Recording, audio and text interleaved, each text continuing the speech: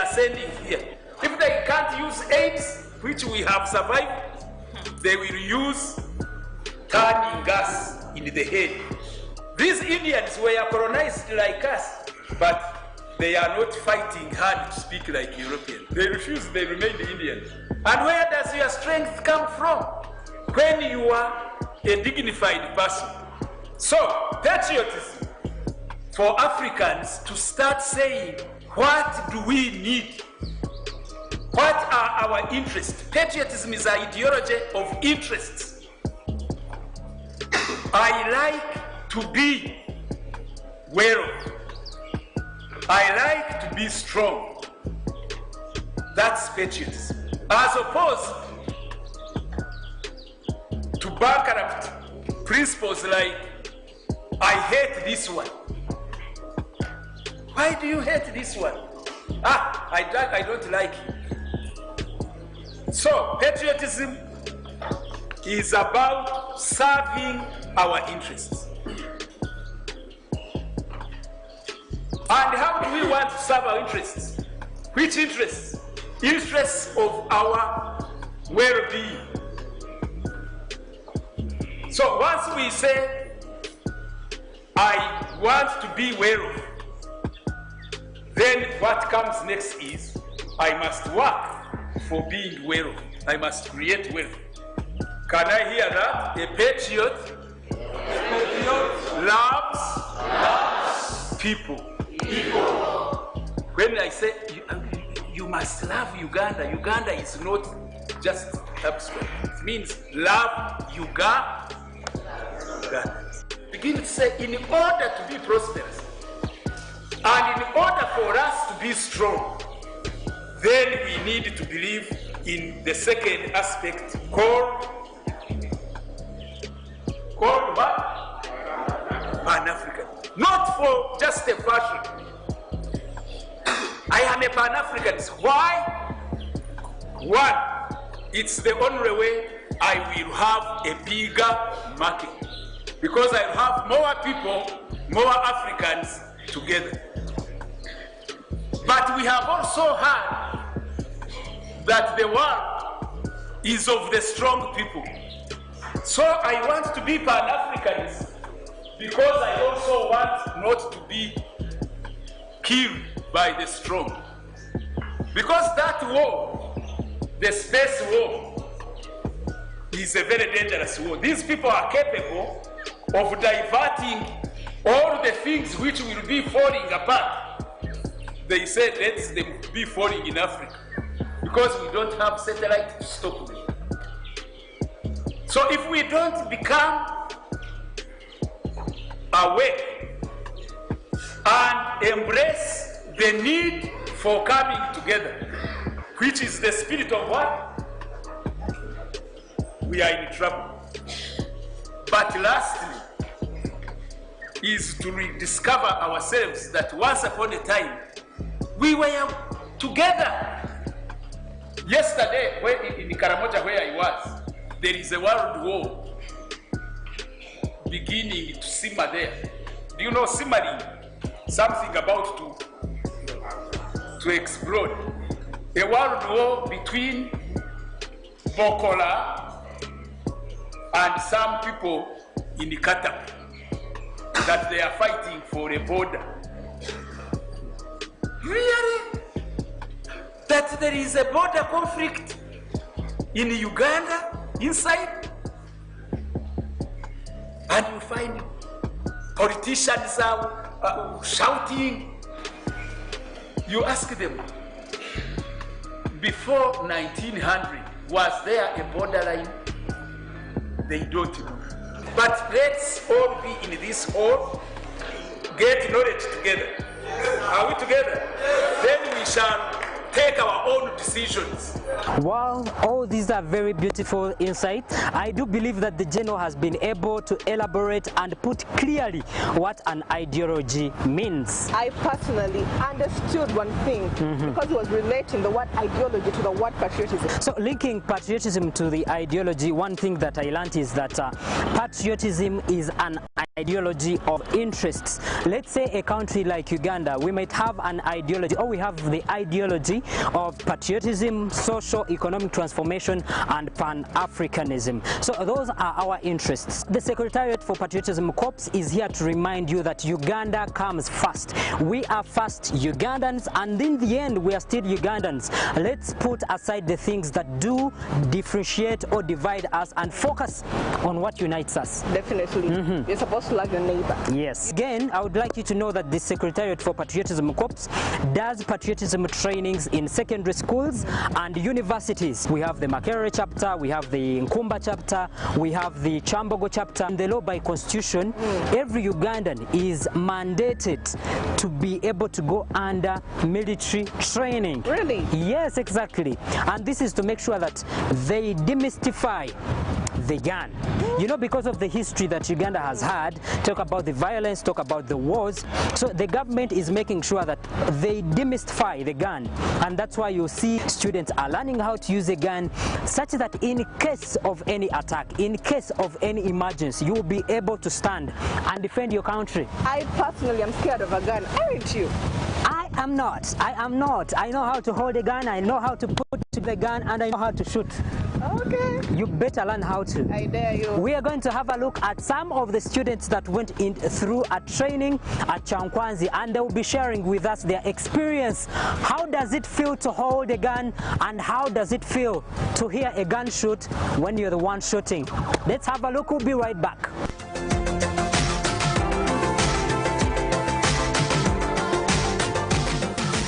Uganda first.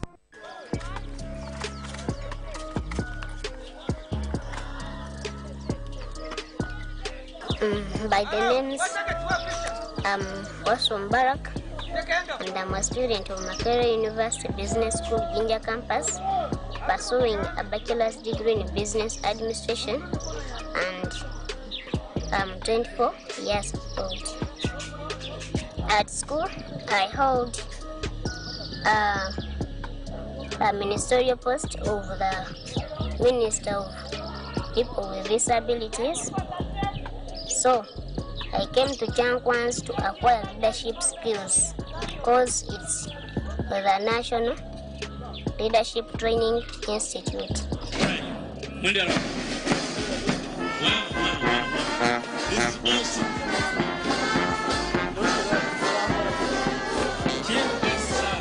In Chankwanzi, I have learned a lot of things which have enlightened the earth. Social, because we have been having learning courses both in theory and practical. We have been taught the history of Uganda from the pre-colonial to the post-colonial Uganda. We have been also taught the financial management, then the neo-colonialism and our natural resources. We have also been taught the idea of networking, and in this we have been told that when we network and we share ideas, we can develop a good Uganda.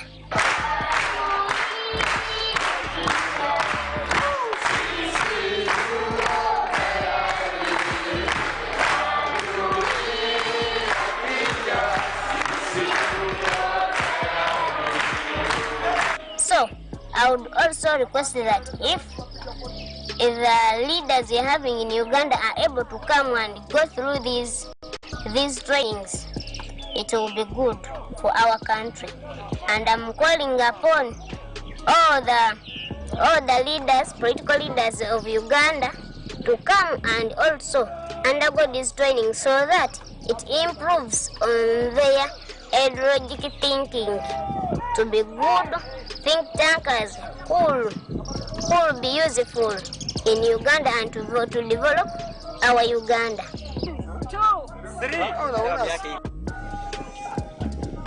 Down.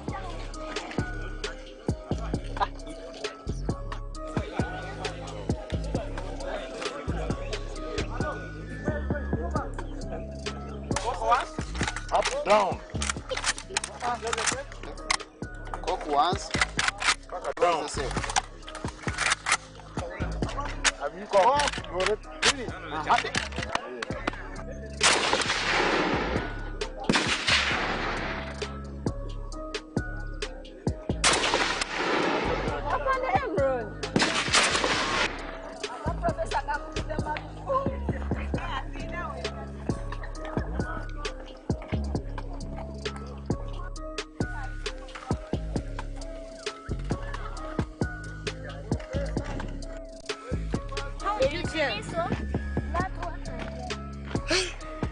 It was interesting.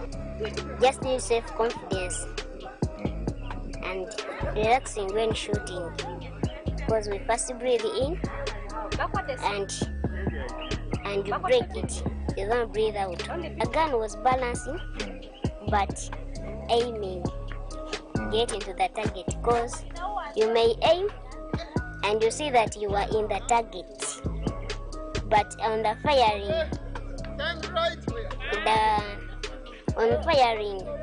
you find out that you have lost the target, but it's good that you have good one.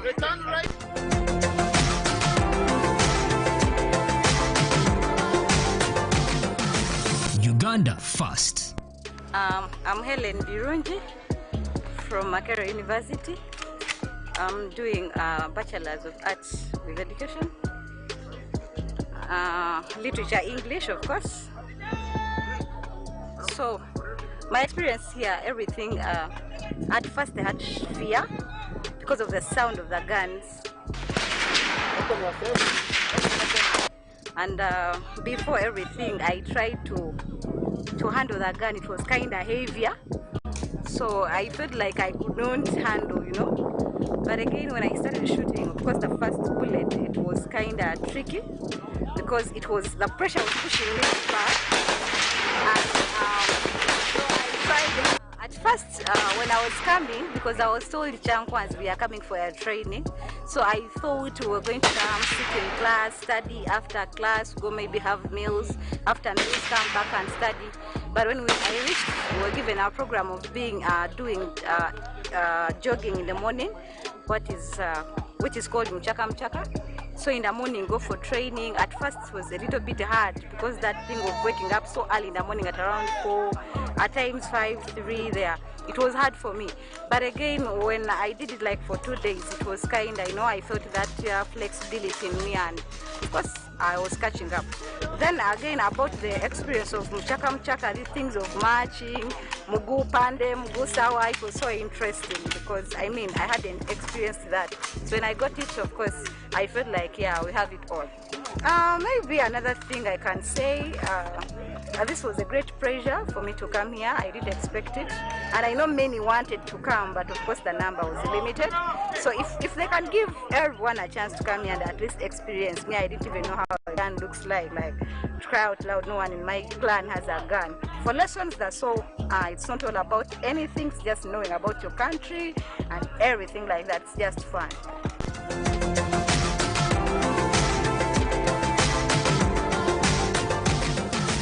Uganda first.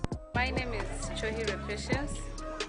I'm from UTC, Bushenyi. I love the experience at Chankwanzi. It was my first time here. It was my first time to go cross-country running. It was my first time to hold a gun. Oh my God, it was a very good experience. I loved it so much. Though I did not hit the bull's eye, but at least now I know how to hold a gun, I know how to cock it and to shoot. I expected a lot at Chankwanzi, but okay, the fact that it is where the president comes, we expected it to be, I don't know, presidential, but we found it normal. It was a normal place, and the experience is very good. They've treated us very, very good. They treat us very special. We are, you know, they fed us very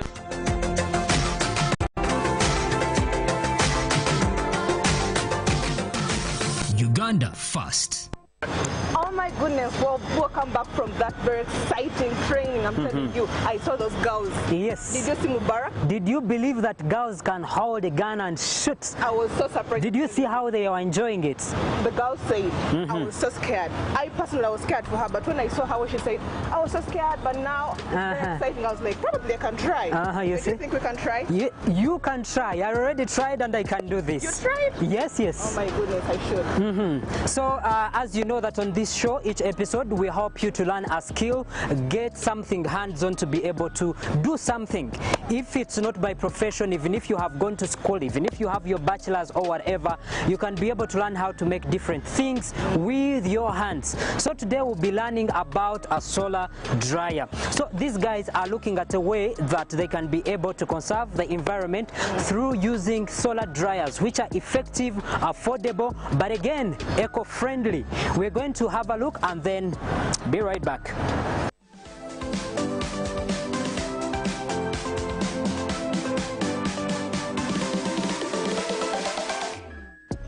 Hi, I'm Beth and I'm Businge Pius, and we are going to pass you through the solar dryer. so this solar dryer is used to dry materials. For example, now we are drying banana peelings. There, the solar dryer we have is for drying briquettes. So how it works is how it's made. We use a plastic polythene, transparent polythene paper. It's one that we use to cover it up. And then we have these are like trays to hold whatever you want to dry. So we have the pure shea butter here. Since you know it is in solid form, we want it to melt as we are going to use it for some product we are going to make.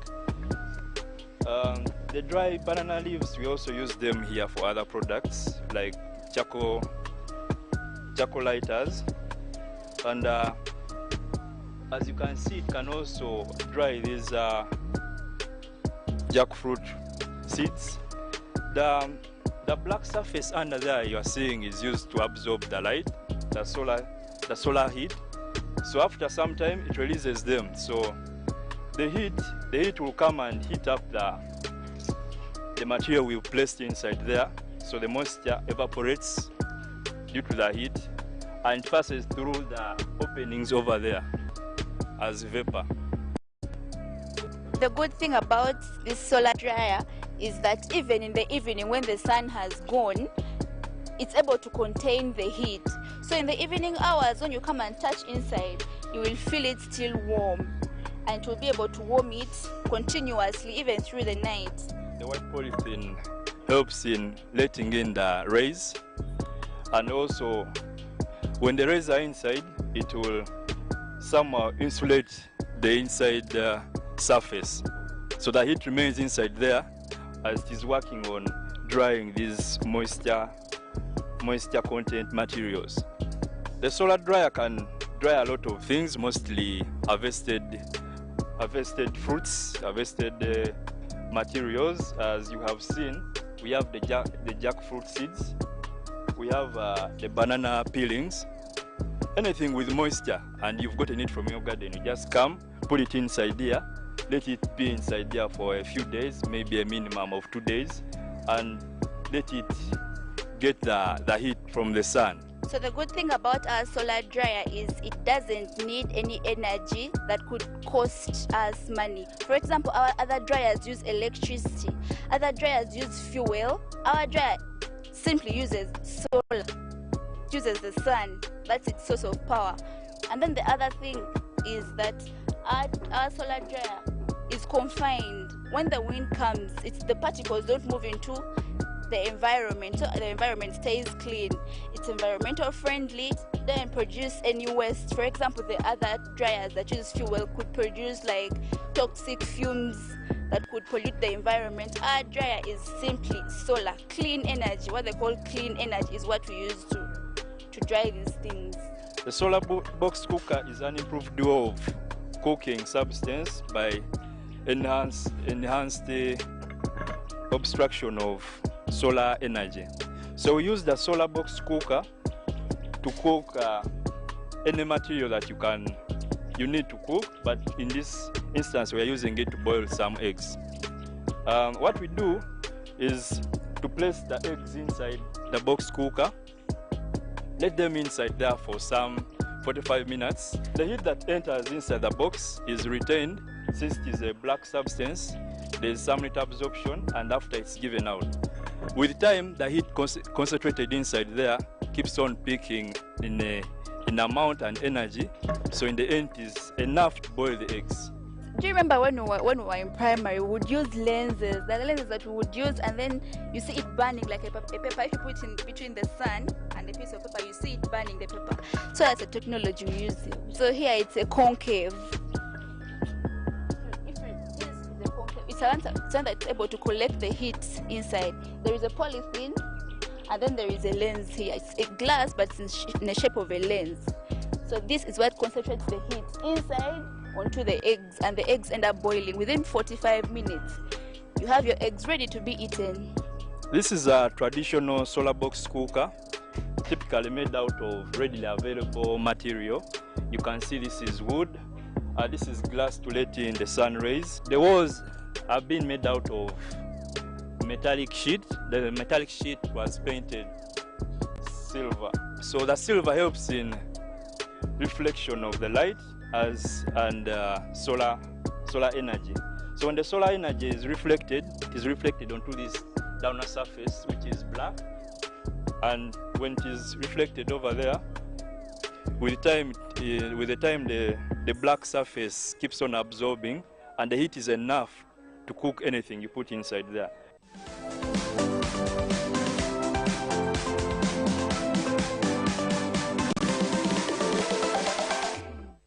Oh my goodness, I've never seen a solar dryer that can boil an egg.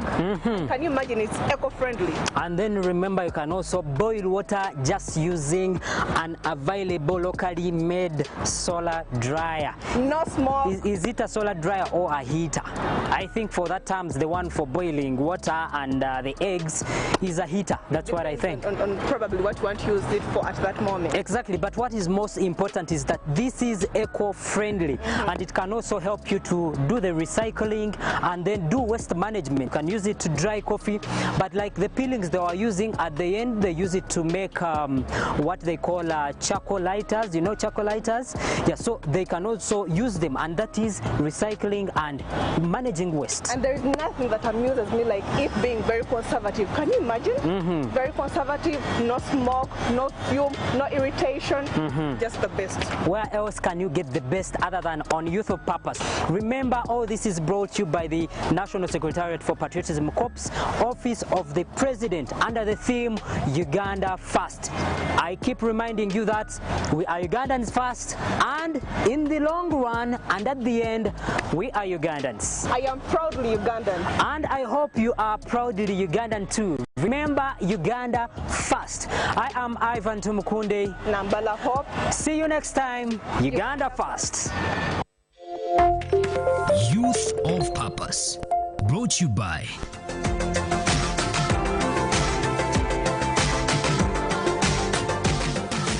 Uganda First.